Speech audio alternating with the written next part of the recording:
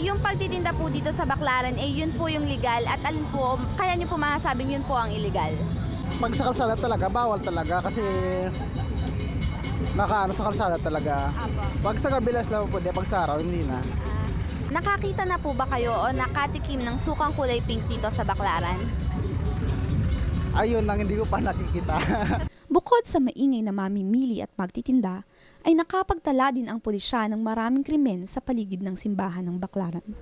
Ayon kay PO2 Marlon Carrillo, nakapagtala sila ng mataas na antas ng krimen dito sa paligid ng simbahan. Dito sa amin, usually, yung mga crimes na nangyayari, yung robbery, snatching, theft, tsaka shoplifting. At dito namin naabutan si Mang Arnel. Higpit sa nangailangan kaya nga napilitan akong tumira. Yun, hinabol ako. Yun, nahuli ako kasi kailangan pambili ng gamot eh. First time ko pong magnakaw. Yun, nahuli ako. Sabi, ibalik ko yung item, binalik ko. Yun pala, tutuluyan pa ko. Sabi ko, sige, sasama na ako, wala akong magawa. Aminin ko kasalanan ko, pero kapos na ngailangan talaga ako. Meron na kaming nasa 50 na napakulong. Lahat sila nag-undergo pa ng investigation. Nakatikim na po ba kayo o nakakita ng sukang kulay pink dito sa Baclaran? Hindi pa naman. So far. Ano yung sukang pink? Wala akong alam dun. Hindi ko nga alam, kaya tinatanong ko sa'yo kung alam mo eh. Ano? So, parang wala pa. Bakit? Hindi. Sukay kulang kulay na pink? Wala. Hindi pa. Bakit? Ano lasa nun? Nakatikim na po ba kayo o nakakita ng sukang kulay pink?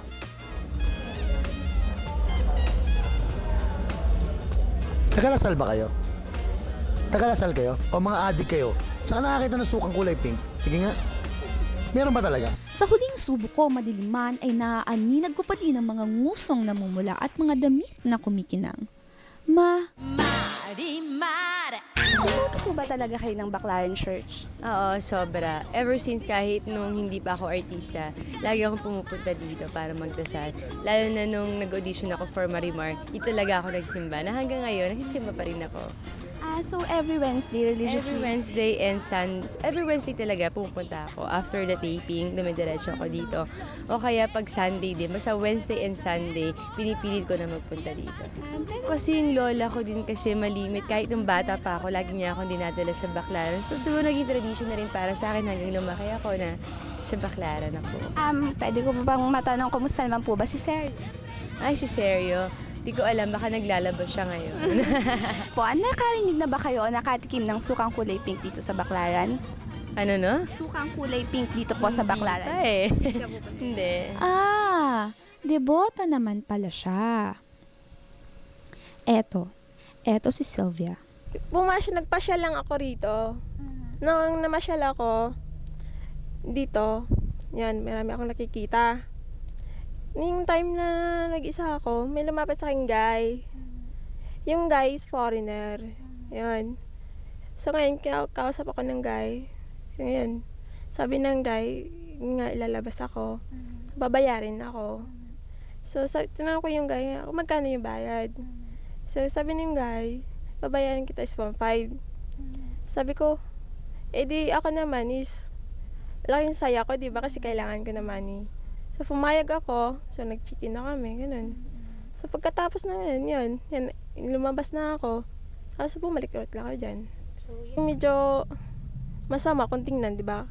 Kasi malapit sa church. Yung pwesto kasi, parang kilala na kumbaga ng mga customer, ng mga guest. Kumbaga, parang ito na talaga yung kung saan nang pumupunta yung mga guest. Ganyan. Maraming mga lugar, pero parang ito yung pinupuntahan talaga ng so, kahit masama yung kahit malapit sa church, sa akin, yung kapit na talaga sa patalim, yung sa akin, di ba? Wala akong makitang trabaho na yung madalian nakita. Kasi kung magtrabaho ako sa di ba, dahil teka na sahod, parang yung pang-araw-araw na panggastos. Sa paghahanap ng sukang kulay pink, bumungad sa atin ang mga malungkot na katotohanan. Walang pwedeng sisihin. Kahirapan ang pangunahing dahilan. Mapaghimala nga daw ang simbahan ng Baclaran Kung gayon, ang dalangin ko, sana'y maulan na ng marami pang himala ang lugar na ito. Naturingang tahanan ng Diyos, ngunit nagagamit pang instrumento ng kasamaan, kung saan naging tanggap na lamang ng lipunan ng hindi namamalayan.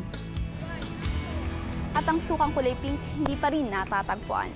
Sa lahat ng aking tinanong ay walang nakapagsabi kung nakakita na ba sila o nakatikim ng sukang kulay pink. Aking napagtanto na kaya siguro hindi nila masabot ang aking katanungan ay sapagkat masyado na silang nalunod sa kanilang mga paniniwala, nagkubli sa kamalian ng paligid. Nalilang ako ni Lola, walang sukang kulay pink. Ang sukang kulay pink palang tinutukoy niya ay ang kabilang mukha ng baklaran. Kinulayan ng pink upang maging kahali-halina sa paningin, ngunit nagkukubli sa maasim na katotohanan. Sa ngayon, patuloy ang pagpunta ng mga tao sa simbahan ng Baklaran para magdasal.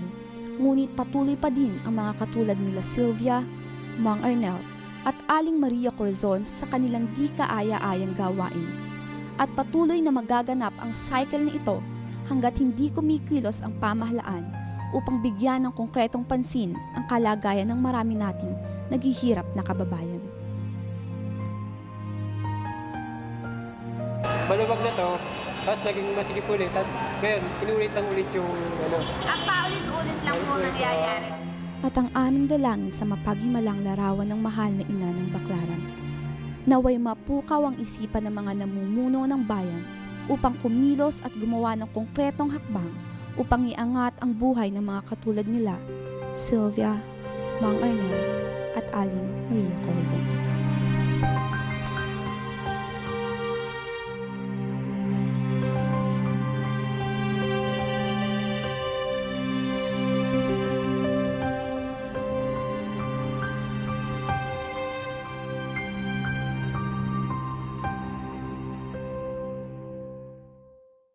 Pabalik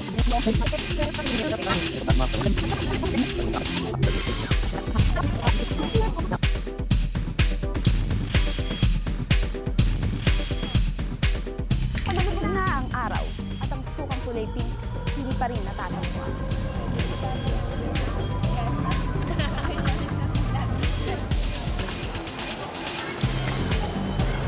Swerte ko, lumampak yung buho ko.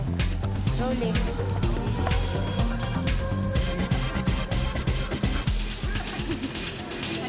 Puling.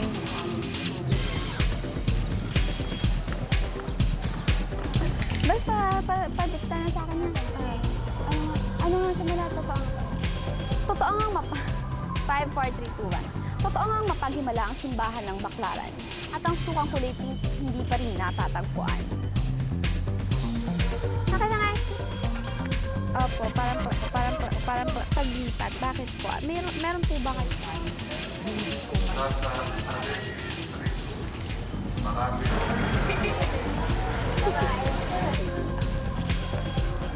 Pag lang maiisip. Maganda sana yung kabababa eh.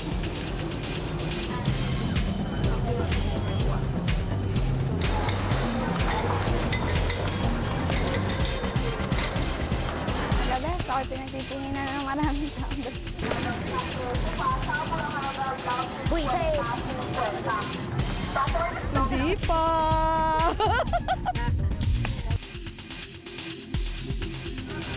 Andito ako ngayon sa isang baklaran.